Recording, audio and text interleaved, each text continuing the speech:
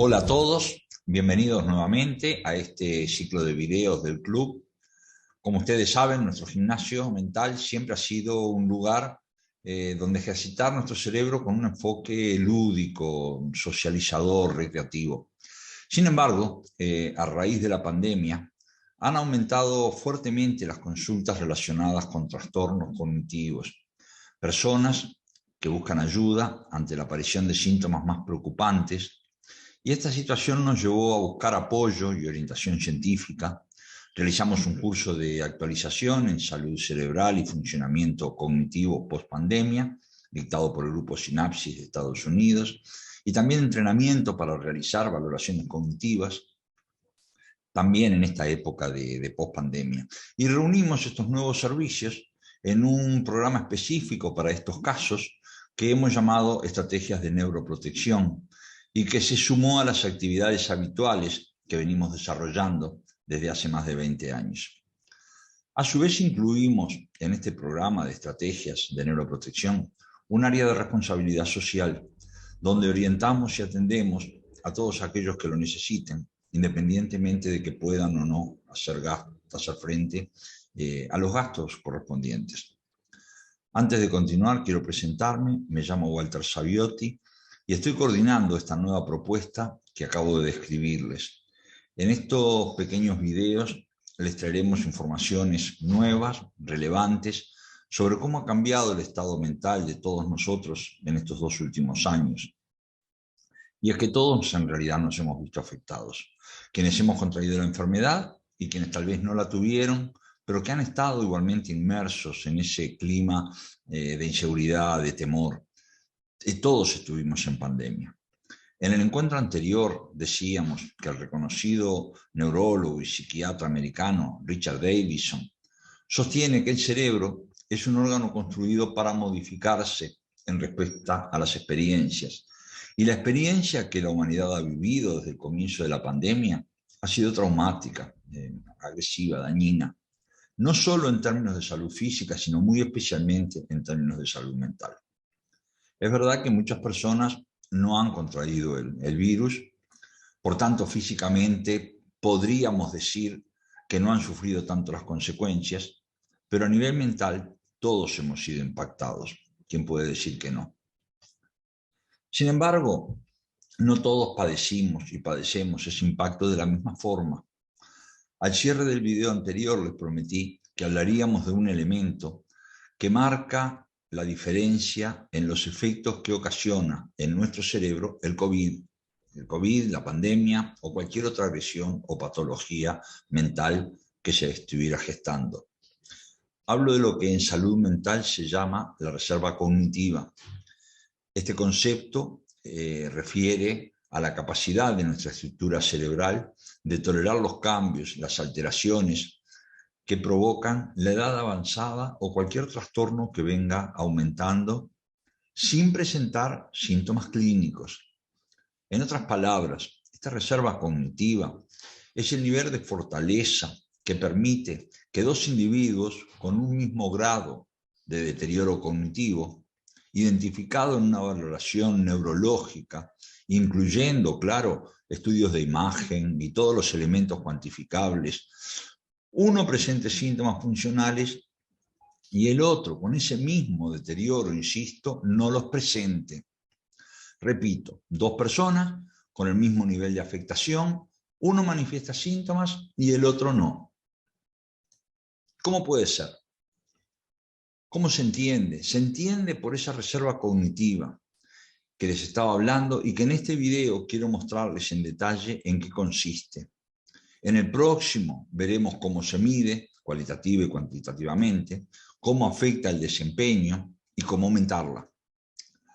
Definimos entonces la reserva cognitiva como la capacidad del cerebro de tolerar mejor los efectos de cualquier tipo de deterioro. Es la resistencia para soportar una carga neuropatológica, pero sin llegar al umbral en el que empiezan a manifestarse los síntomas funcionales.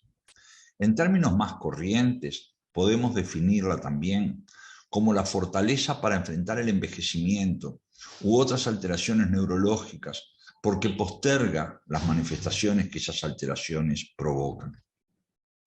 Y esto marca una diferencia notable, una diferencia muy grande en el desarrollo de cualquier deterioro, porque mismo existiendo ese deterioro no se manifiesta y permite que sigamos desempeñándonos como cuando nuestro cerebro no tenía ese deterioro. Observen entonces que el estado físico, el estado material de nuestro cerebro no es lo único que determina nuestra eficiencia cognitiva. Y ahí es donde radica la tremenda importancia de la reserva cognitiva, que compensa el deterioro. Hace unos minutos les dije que aunque dos personas tengan exactamente el mismo nivel de afectación, manifiestan los síntomas en momentos diferentes. Y también les dije que los científicos han encontrado que esto se debe justamente al acúmulo de reserva cognitiva que posean. Ahora les hago notar lo más importante de todo. Esa diferencia en el tiempo puede llegar a ser de hasta 20 años. ¿Se dan cuenta que en términos prácticos una persona puede estar cursando un deterioro cognitivo y no sufrir los síntomas? Puede haber envejecido, puede tener una enfermedad neurodegenerativa, puede cursar una demencia y sin embargo puede llegar al fin de su vida, terminarla incluso, sin haber padecido la sintomatología.